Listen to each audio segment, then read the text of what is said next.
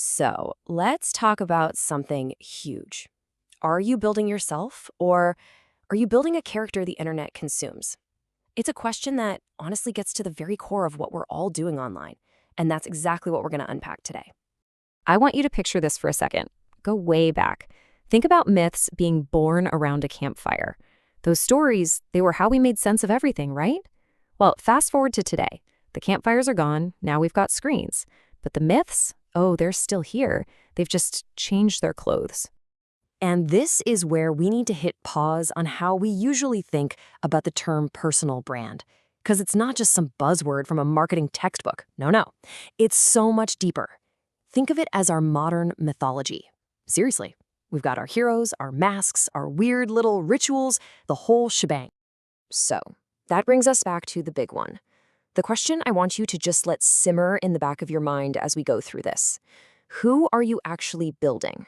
Is it you? Or is it a character for the audience? All right, let's break this down like a story in 3 acts. In every good story, every myth, it starts with a call to adventure, right? For us, in this digital world, that call, well, it comes in the form of a promise. And what is that promise? Well, the system, the platforms, the algorithms, it kind of whispers to you. It says, hey, you can be seen, you can matter. It's this incredible offer of a way out of being invisible. And in the beginning, man, that feels amazing. It feels like total freedom. But it all starts so innocently, right? You post something that's just you, your truth. And then the feedback starts coming in. A like here, a comment there. Your brain gets that little hit of dopamine, that feeling of validation. And that's it. You're in the loop, and you might not even realize it. You start to learn what works, what gets that positive reaction, and you start to optimize. And let's be super clear here. At this stage, you're not lying, you're not trying to be fake, not at all. It's just a natural human thing to do.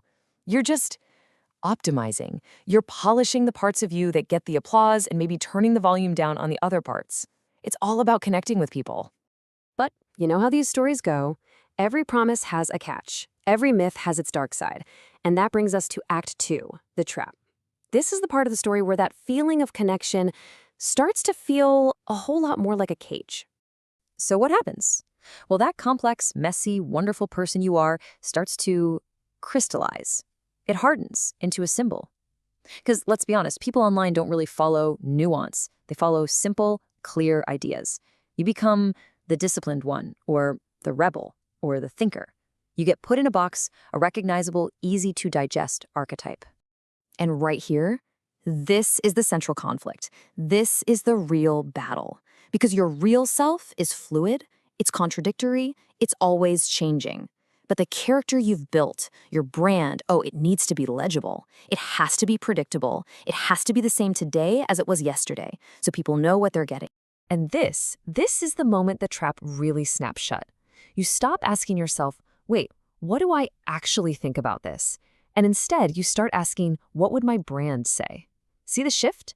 The character is now in the driver's seat. It's no longer about expressing yourself, it's about performing a role. And this leads to a very specific kind of exhaustion, a hidden exhaustion. It's not, I'm tired from work burnout. Nope, it's burnout from self-maintenance. It's the crushing weight of having to be on all the time, of constantly performing and managing this character. It's what happens when you feel like you're being watched 24/7. So what happens is this really dangerous split. The real private you, the one who has doubts, who's not so sure about things, that voice gets quieter. And the public self, the character, just gets louder and louder. And this is a breaking point, It's where people either go all in on the character, becoming a caricature of themselves, or they just burn out and disappear. But it doesn't have to end there. There is a third way. There's another path. It's not about running away. It's about integration. Welcome to Act 3, the freedom. The whole game changes with one single powerful realization.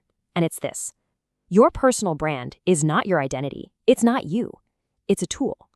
Think of it like a narrative interface. It's how you choose to present a story to the world. And the most important part?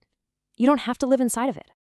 And once that clicks, everything shifts. The questions you ask yourself completely change. The old question was always, how do I grow my brand? But the new question, the better question, is what is this brand costing me? What is the price I'm paying in peace, in authenticity? The focus moves from feeding the character to protecting the person. So the answer isn't to just burn it all down and delete your accounts. Not necessarily. It's to see the persona for what it is, a mask that you can choose to put on, and crucially, that you can choose to take off. It becomes a role you play, not a prison you live in. And that distinction, well, that changes absolutely everything. And that brings this whole journey full circle, right back to you. We've seen the promise, we've walked through the trap, and we've found the door to freedom. So now, the final choice is yours. So I want you to really think about this.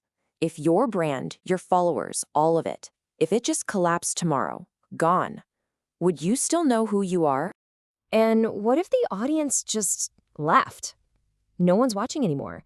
Would the values you talk about online still be the ones you actually live by when the curtain is down?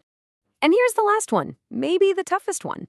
If that character you've built so carefully just died, poof, gone, would anything real actually be lost?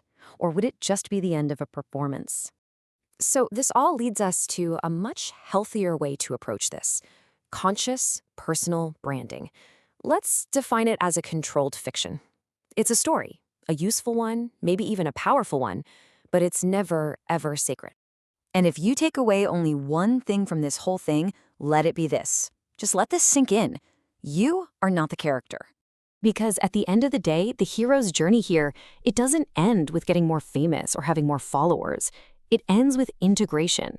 It ends when you figure out how to be seen without being owned, how to tell your story without getting trapped inside of it.